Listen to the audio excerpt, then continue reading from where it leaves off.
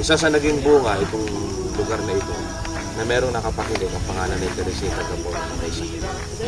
Habang nakikinig sa programa, pero imanong Diyos sa akin. Umaling siya, tapos saka palaki pinag. Kaya sa himala ng Diyos, wala tayong pera. Gumawa ang Diyos ng himala. Tapos merong ang tumulong din sa atin para matubos yun. Kasi may ilit na. Kaya sa masayang yung natubos natin. Ayun si kaso ni Pastor Josiah, Pastora Marisa, yung panganin namin kapatid. Yung programa ng radyo noon, kahit na Pastor Masaredo ay walang merienda, walang kain, pamasahin lang, basta makapagsalita lang. Ito yung mga naging buwan. Kaya nagkaroon ng maraming gawan sa iba't ibang lugar. Kasama na yung Marinduque. Sa tuktok din ng bundok yun. Eh ngayon, wala na siyang basa Marinduque.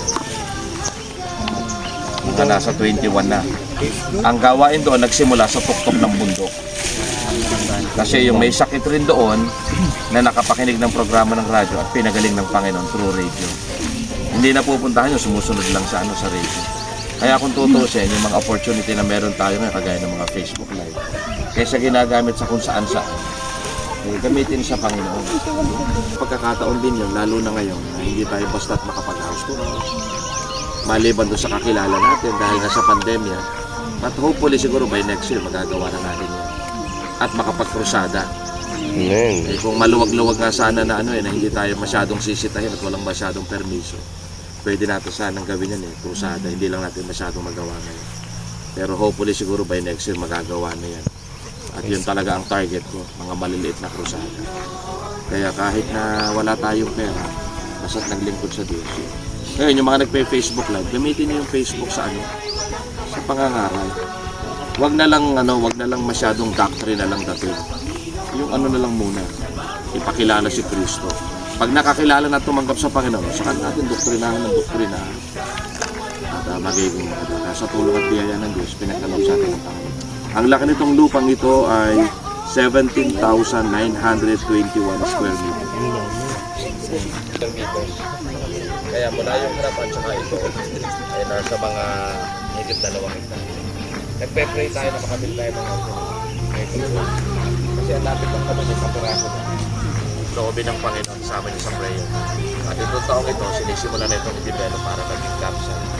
Pag dumating yung panahon na nag-vision kayo, napadaan kayo dito sa lugar na ito, pwede kayong mag-stay sila Pastor Joe. Pwede kayong mag-stay. Kaya tayo nagpe-pray ng maraming campsite para yung mga nag-mission na mga kasama natin sa organization. May nahihintuan kahit saan. Nag-mission kayo, papuntang Bicol, napadaan kayo.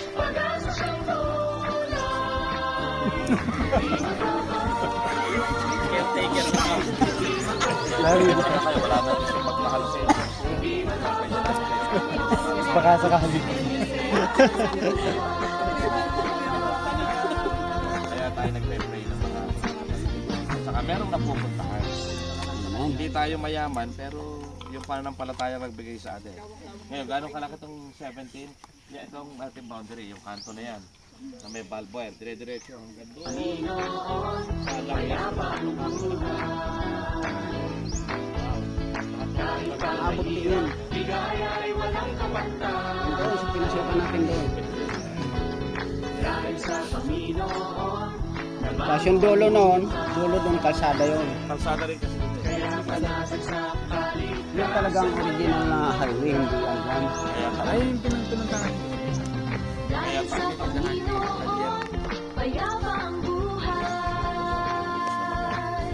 At ito yung makinabang nito.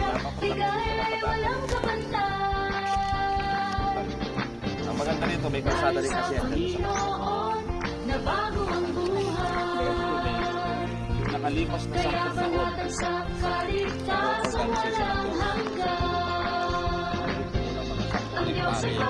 Bukod yung dati pa. Sa 10 taon.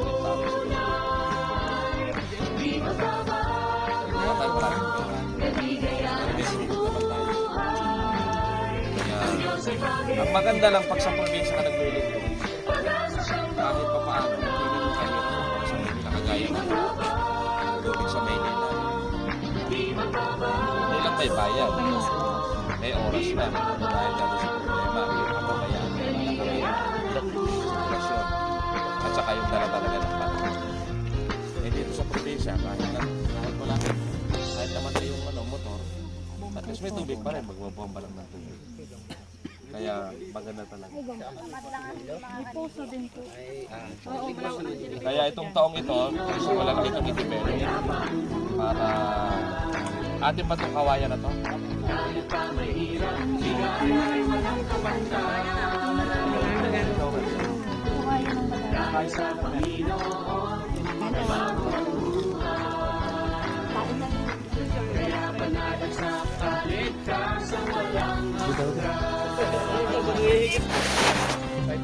Dahil sa Panginoon, payapa ang buhay.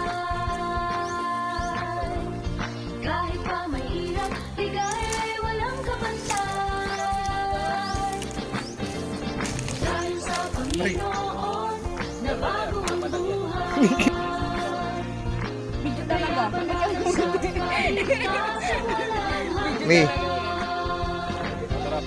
Diba, ano? Pag-asa siyang tunay, di magbabago, kaligayahan ang buhay. Salamat na ba? Ang Diyos ay pag-ibig, pag-asa siyang tunay, di magbabago, di magbabago, di magbabago. Kaligayahan ang buhay. Ako. Bango.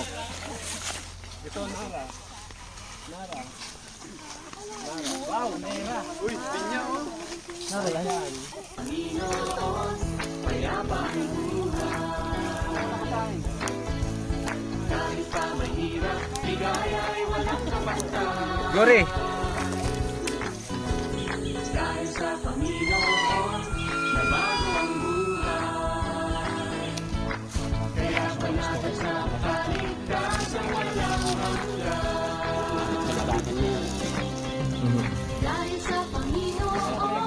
payapa ang buhay. Kahit pa mahirap, bigay ay walang kapantay. Dahil sa Panginoon, nabago ang buhay. Kaya banatan sa kaligtasan walang hanggan. Rakay. Ang Diyos ay pag-ibig, pag-asa siya'y tunay. Di magbabago Kaya may kalsada tayo dito sa likod. Ito namin parang ano talaga. ang Diyos ay Kaya, pag-ibig. ito pag sir, ano? Siyempre, pinag-try natin na makakuha tayo ng right of way doon. Ng mga kahit mga ilang metro na. Kasi napakalapit lang ng lupa natin. Natabi.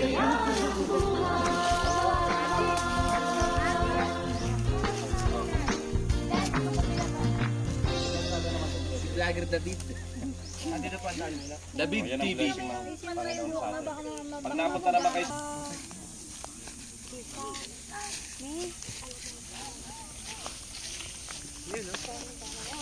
Hinig na isa.